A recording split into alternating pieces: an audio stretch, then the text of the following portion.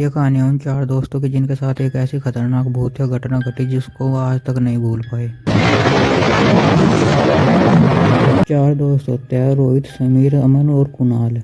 ये चारों एक ही कॉलेज में पढ़ रहे होते हैं और एक ही क्लास में होते हैं, जिस वजह से इनकी दोस्ती काफी मजबूत हो जाती है। और इनके अभी अभी एग्जाम खत्म होते हैं तो रोहित बोलता है अब एग्जाम भी खत्म हो गए, क्यों ना कहीं घूमने चलते हैं, क्या पता फिर कभी मिले या ना मिले, क्योंकि सब अलग अलग कॉलेज में चले जाएंगे। तो अमन, समीर और कुणाल भी यही बोलते हैं कि हाँ क्यों ना कहीं पे घूमने चलते हैं। तो चारों के होने के बाद ये एक पहाड़ी इलाके में जाने की बात करते हैं, जहाँ पे ये 2-3 दिन रह के आएंगे। तो ये अपनी प्लानिंग करने के बाद अपने अपने घर चले जाते हैं, जिसके बाद ये अपने घर जाकर अपने पेरेंट्स से परमिशन मांगते हैं। और इनके पेरेंट्स पहले तो मना करते हैं, लेकिन फिर बाद में परमिशन दे देते हैं। जिसके बाद ये सुबह चारों दोस्त एक जगह पर मिलते हैं और 3-4 घंटे का सफर करने के बाद ये अपनी मंजिल पर पहुंच जाते हैं। वहाँ से ये एक जीप रेंट पे लेते हैं, जहाँ की सारी फॉर्मेलिटी और डॉक्यूमेंट अमन पूरी कर देता है। वहाँ से चल देते हैं और ये पहाड़ों में और ऊंचा जाने का प्लान बनाता है। जिसके बाद ये चलते रहते हैं और लगभग रात के 9 बज जाते हैं। ये अपनी लोकेशन से लगभग 20-25 किलोमीटर पीछे थे। जिसके बाद चारों को भूख लगने लगती है और समीर ये बोलता है कि अब आगे जाना सही नहीं होगा, अंधेरा भी हो चुका है, इसलिए कहीं यहीं पे रुकने का इंतजाम करते हैं। और कहता है कि बाकी का रास्ता कल सुबह तय कर लेंगे। जिसके बाद उन तीनों की ब्याह हो जाती है। फिर ये चारों एक होटल देखने लगते हैं, जहाँ पे रात भी रुक सके और खाना खुना भी खा सके। फिर इनको एक होटल दिखता है, जिसके बाद एक गाड़ी से उतरते हैं और गाड़ी को पार्किंग में खड़ी करके उस होटल के अंदर जाने लगते हैं।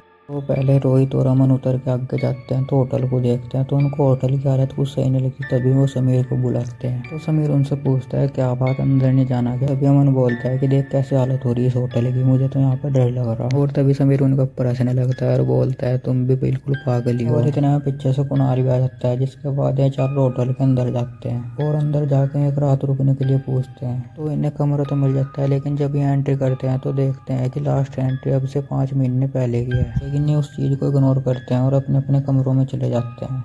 तो समीर अपना एक रूम अलग ले लेता है, जिसमें वो अकेला होता है और ये तीनों एक कमरे में होते हैं। जिसके बाद ये अपने रूम में अपना सामान रख के आ जाते हैं और फिर खाना खाने लगते हैं। जिसके बाद ये थोड़ी बहुत बातचीत करते हैं, फिर वापस अपने कमरों में चले जाते हैं। जिसके बाद समीर भी अपने कमरे में आ जाता है और वो थोड़ी देर पड़ा रहता है, लेकिन उसको नींद नहीं आती। तो वो सोचता है कि क्यों ना उनके कमरे में जाकर उनसे थोड़ी बहुत बातचीत करी जाए।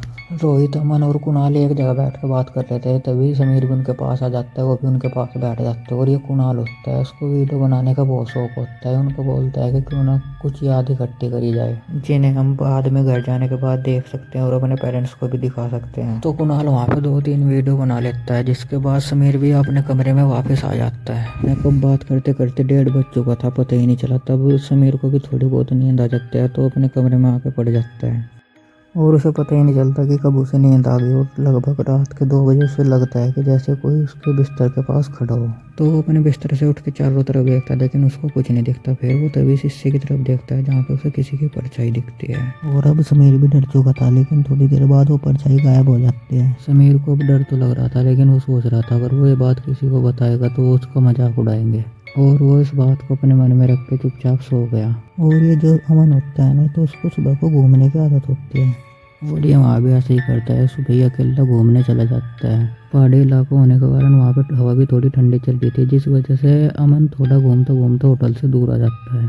लेकिन तभी सभी एक कोई बड़ी सी काली परछाई दिखती है, जिसे देखने के बाद अमन पूरी तरह से डर चुका था और वहाँ से जैसे ही भागने लगा वो परछाई इसके ऊपर हमला कर देते है और ये वहाँ से चीखता चिल्लाता हुआ वापस होटल आ जाता है। और होटल आके अपनी सारी बात इन तीनों को बताता है। जिसके बाद रोहित इसको धमकाता है कि तुझे किसी ने बोला था अकेले वहाँ जाने को, और जिसकी वजह से अमन की हालत और ज़्यादा बिगड़ने लगी और मजबूरी में इनको उस रात भी होटल में रुकना पड़ा। रात के टाइम भी ऐसे हुआ, वो खाना खुना खा के समीर अपने कमरे में आ जाता है और उसे अपने बेड पे किसी के पैरों के निशान दिखते हैं। और इधर कुणाल अपने फोन में कल वाली वीडियो देख रहा था, जो उसने कल बात करते टाइम बनाई थी। और वो उस वीडियो को देख के बिल्कुल सुन पड़ जाता है, क्योंकि जब उसने कल वो वीडियो बनाई थी उसमें रोहित, समीर और अमन थे, लेकिन उसमें उसे एक लड़की और दिखती है जो उनके साथ कभी थी ही नहीं, जिसका आधा चेहरा जला हुआ था। और तभी कुणाल ये वीडियो रोहित और अमन को भी दिखाता है और वो ये वीडियो समीर को दिखाने ही जा रहे थे, लेकिन तभी समीर का चीखने की आवाज़ सुनता है, जैसे सुनकर ये बिल्कुल डर जाते हैं और ये एकदम जल्दी से समीर के कमरे की तरफ भागते हैं, जहाँ समीर इन्हें बताता है कि मैंने कल एक परछाई और वो परछाई अब फिर मेरे सामने है और वो मुझे बोलने लगे कि तुझे खत्म कर दो। इसके बाद कुणाल उसको पूरी बात बताता है और वीडियो भी दिखाता है और ये वहाँ से तभी चलने का फैसला कर लेते हैं और 10:39 पे चेकआउट कर देते हैं।